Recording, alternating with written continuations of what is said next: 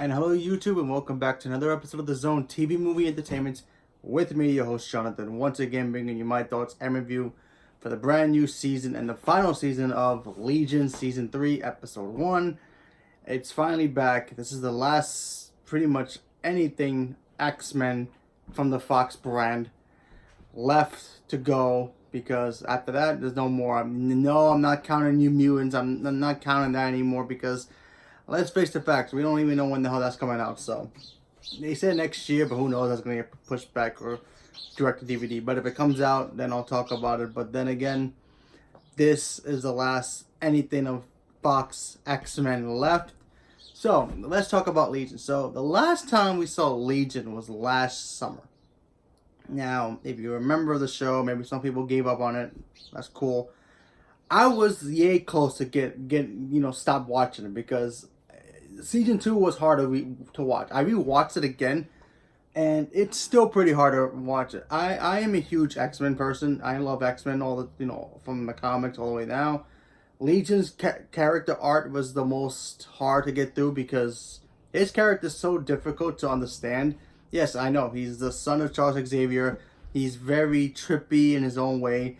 But the way that they did with season 2 was they really made that show very difficult for people who are non-comic book readers to follow along. And for me, as a comic book reader, it was harder to follow. So I watched the third season premiere and the first episode. How did it turn out? Well, so far so good. See, for me, you have to have that first episode hit. If you hit that first episode and you do a really good job with it, chances are the rest of the season should follow through pretty well. And I was able to understand it, and it made more sense.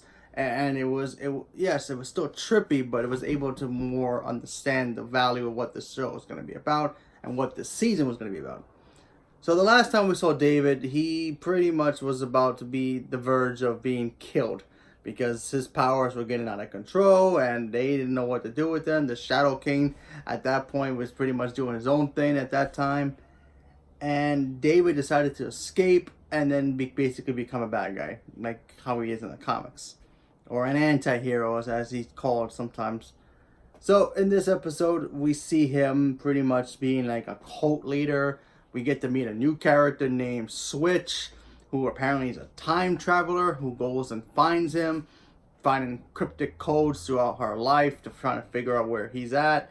She finally finds him. She gets into this whole trippy 60s vibe, feeling towards him, and then she meets him. While that all happens, you have Sid and the Shadow King and their team going after David, literally killing him 3 times in this episode.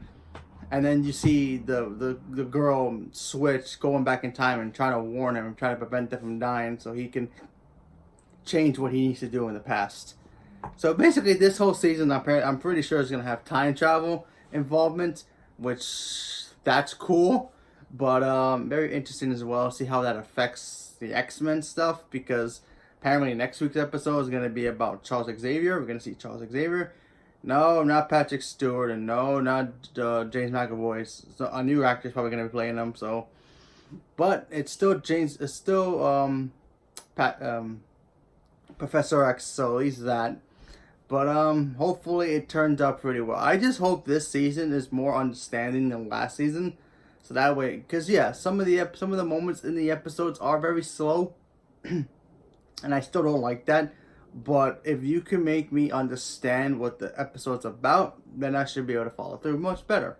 Like this episode here, like I said, it was very simple. Meet the new girl, you find out who she is. She's a very, free-spirited girl, and she just kind of like gets obsessed of trying to find where David is, and then she meets him, and then things happen, and then she ends up going back in time. She learns it or somehow.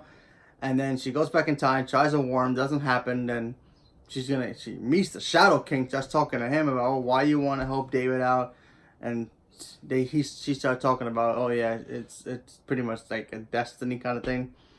And it's a very straightforward moment. So hopefully they can continue that path, and let's see what happens.